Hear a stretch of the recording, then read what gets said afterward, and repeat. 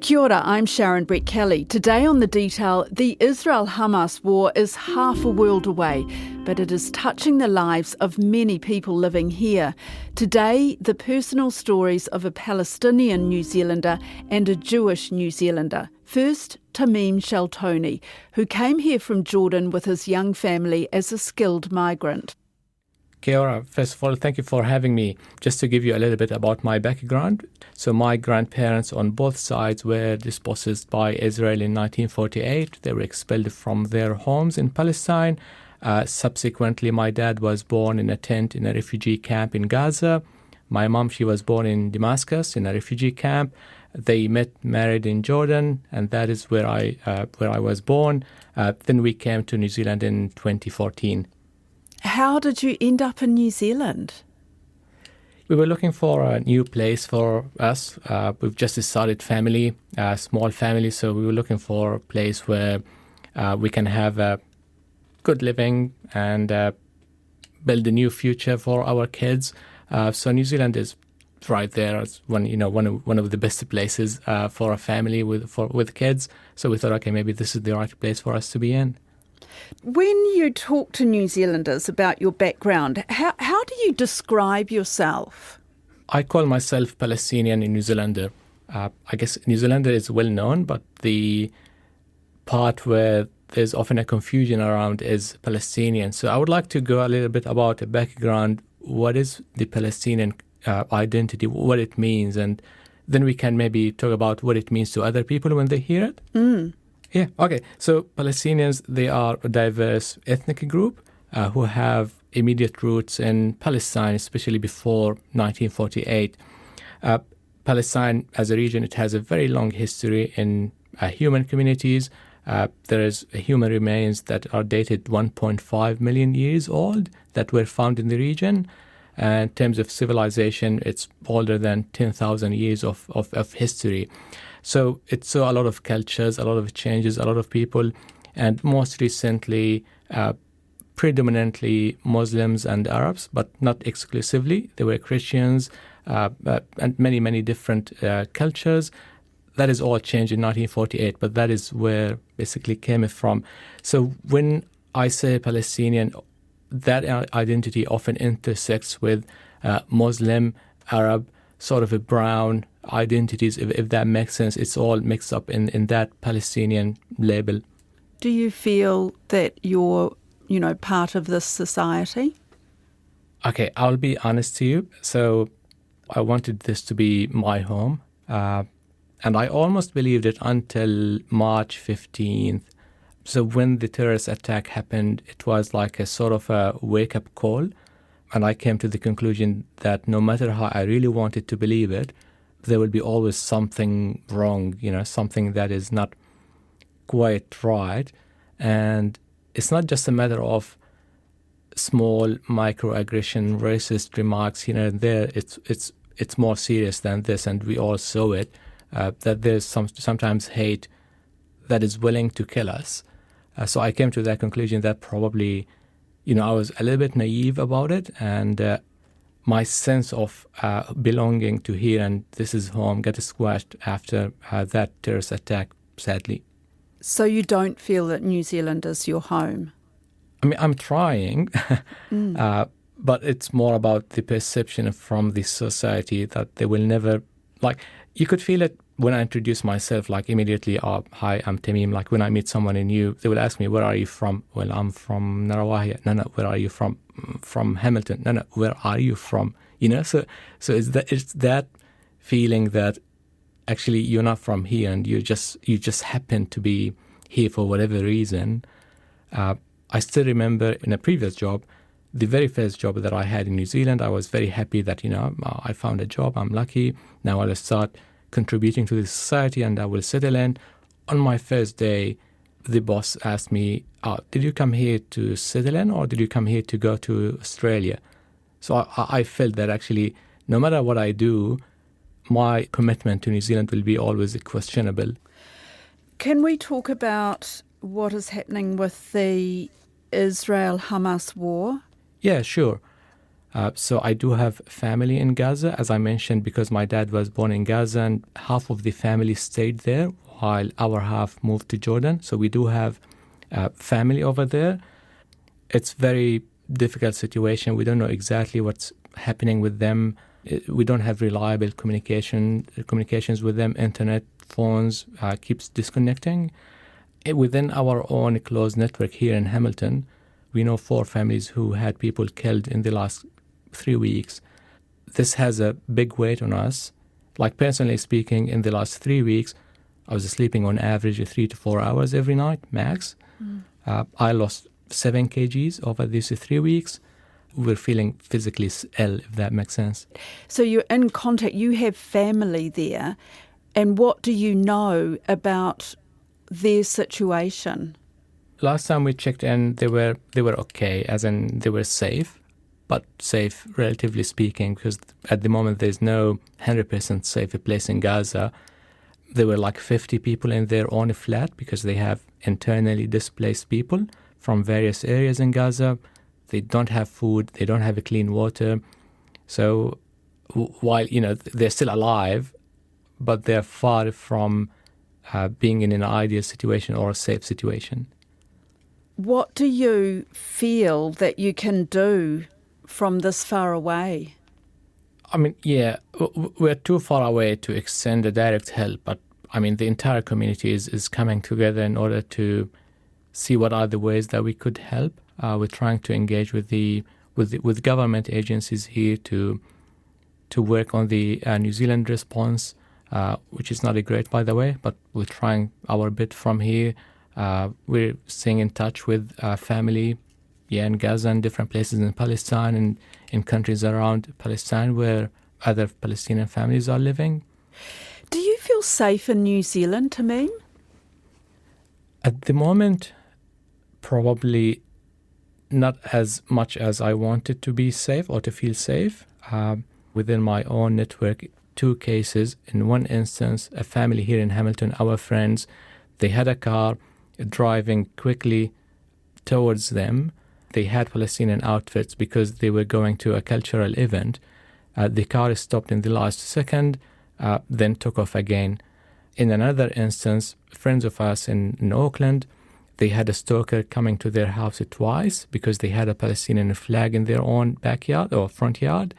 He abused them, yelled at their children, swore at them, then took off, happened twice.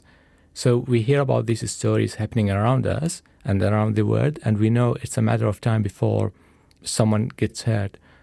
So at the moment, we're trying to be aware of these risks, and every time we display any of our Palestinian identity, then we keep looking around us just to make sure, nothing goes wrong or we're safe or we're protected.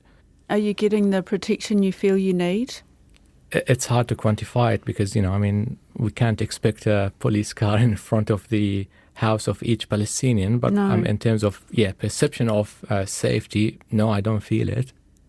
Can more be done that's practical? I think we need help from the media because at the moment we feel, and this is an overall perception within the community, that we are not getting represented well on the media. I appreciate the opportunity that I'm talking here, but we're still not seeing this across the board. So we need help from the media to de-escalate the rhetoric and to give us a fair chance at presenting ourselves and changing the narrative that is out there. Because at the moment we don't think it's fair, we don't think it's balanced. What, you feel like the narrative is biased in favour of Israel? Oh, Israel and Palestinians are the bad people. Because I was going to say there seems to be a lot of sympathy for the Palestinian people right now. I think at a people level, there's a great sympathy, and it's going up because we see it in the protests like every week. The numbers are increasing significantly, but we still feel the media is lacking behind, and well behind the media, the politicians. But in terms of the media, I think the biggest problem at the moment is when they report on Palestine, events are reported in isolation, but this is a long history.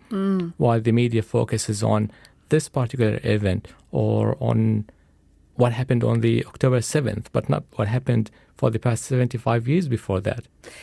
What do your friends, the people around you, the people you work with, what sort of conversations do you have with them right now about this war? Or is it something that, New Zealanders would tend not to really want to talk about?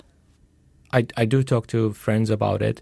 I do talk to people from work about it, but try not to mix things up, of course. There isn't much knowledge about the history, the background of Palestinians. So it takes a time to bring someone on board because you have to go through this entire history for them to get it.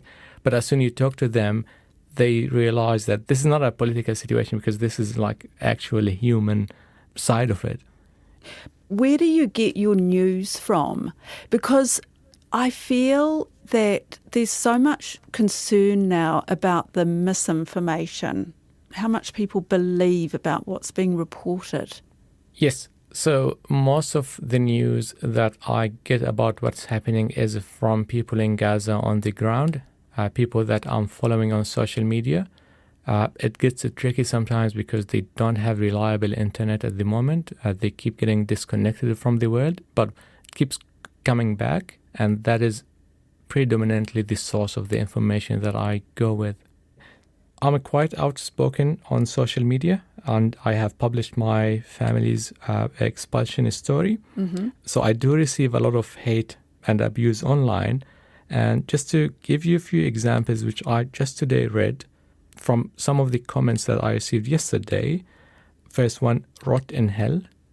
And these are people in New Zealand. Second one is Sea of Untermensch, which is apparently a German word. I Googled it, and it means a person considered racially or socially inferior.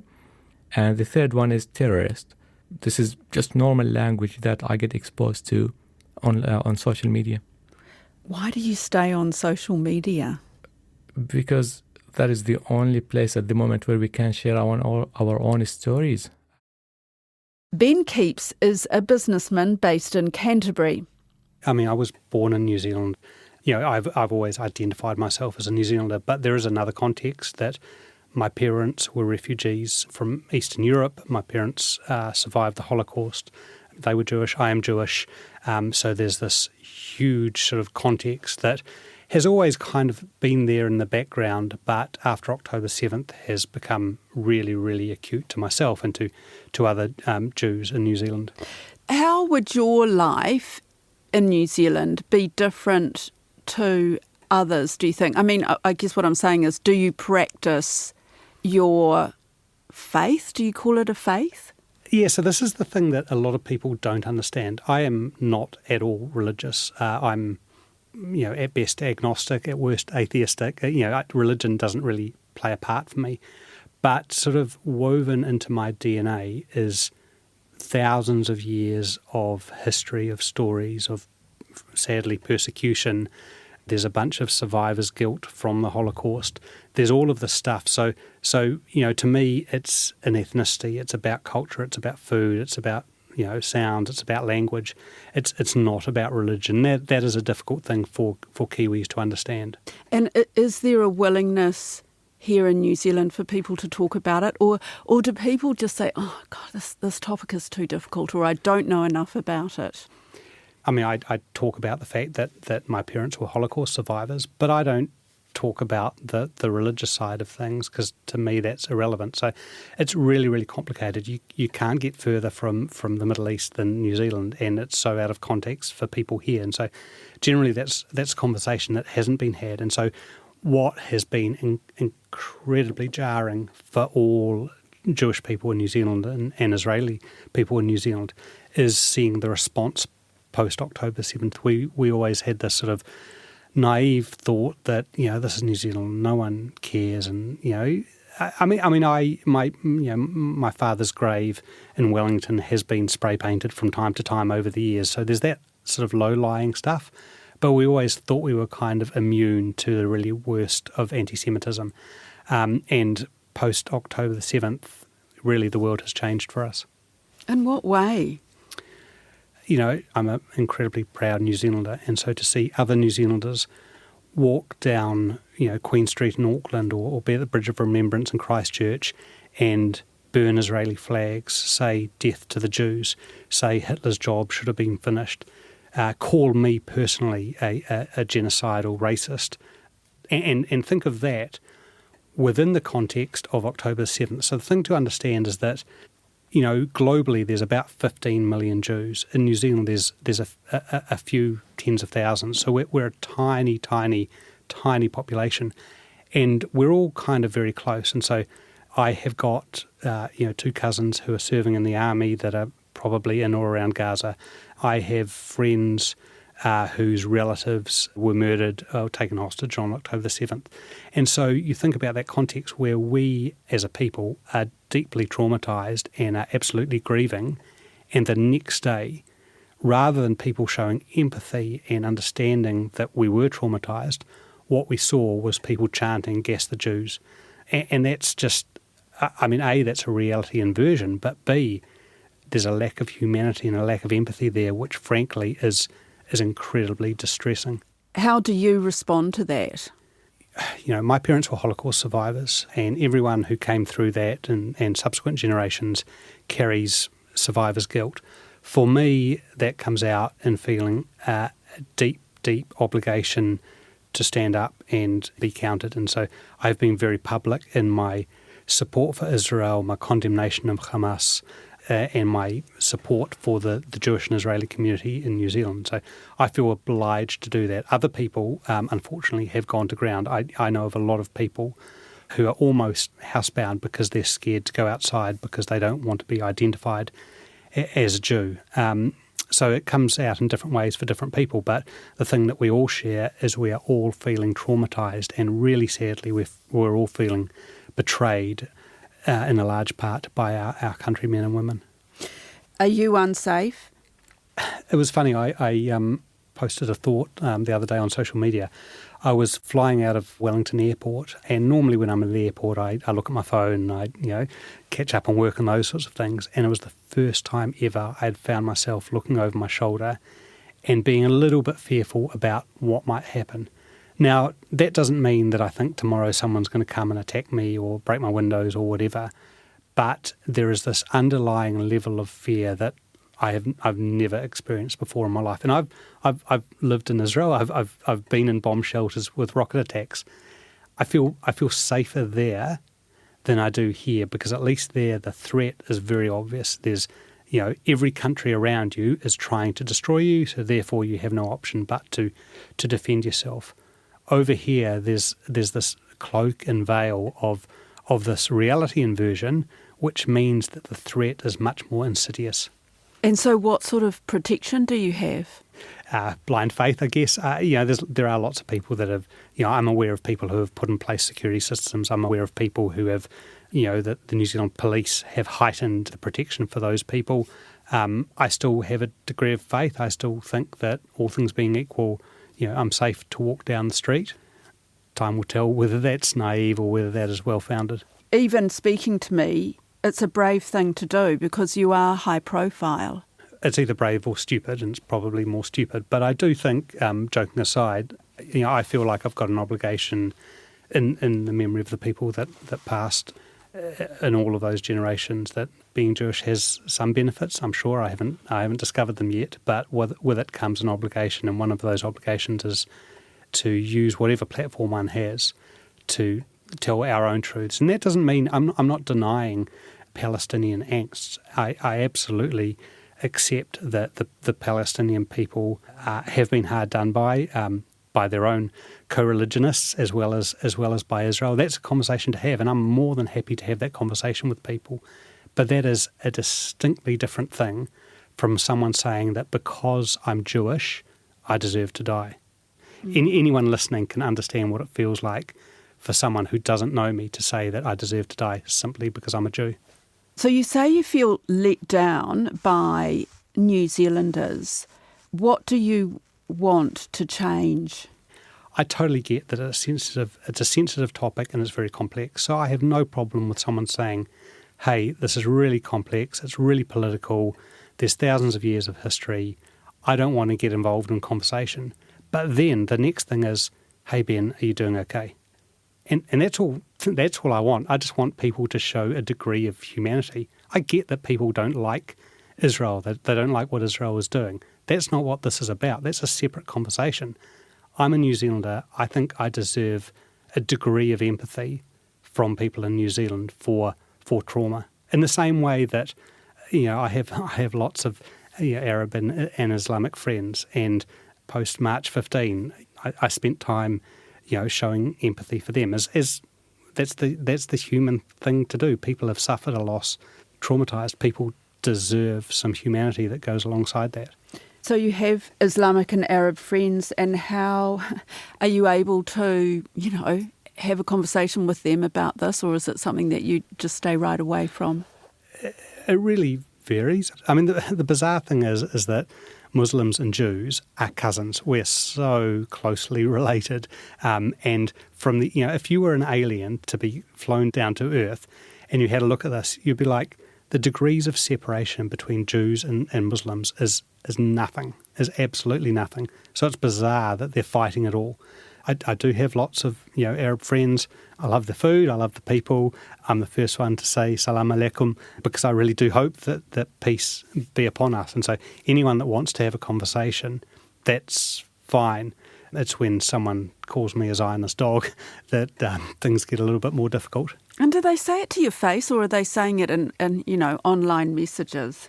The Arab friends I've got tend to come to this conversation generally with a degree of knowledge and an ability to have a conversation. They might not like me, might not like my position, but they'll have a conversation. The thing that is really bizarre is the people that have no clue and no context that will pour hate upon me. And so everyone's an expert. This is a highly, highly complicated environment, and I think, frankly, people should either inform themselves, or if they don't want to be informed, just shut up, really. What do you think is going to happen, Ben? Because, we all hope that at some point this war will be over. I'm really scared. I mean, the puppet master in all of this is Iran. Iran funds and arms Hamas, but also Hezbollah. The context for all of this is that Saudi Arabia was very, very close to having a peace accord with Israel.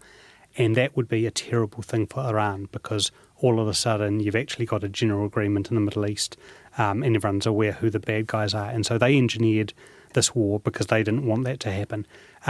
Best case situation is that this all gets settled down, that Saudi Arabia and Israel continue with their peace accord, that Iran gets somewhat destabilised, and therefore Hamas and Hezbollah get destabilised, such that you can actually have some sort of enduring peace between the Arab nations in Israel, but more importantly, the Palestinians in Israel. That's a best case scenario. Worst case scenario is, frankly, sadly, Armageddon.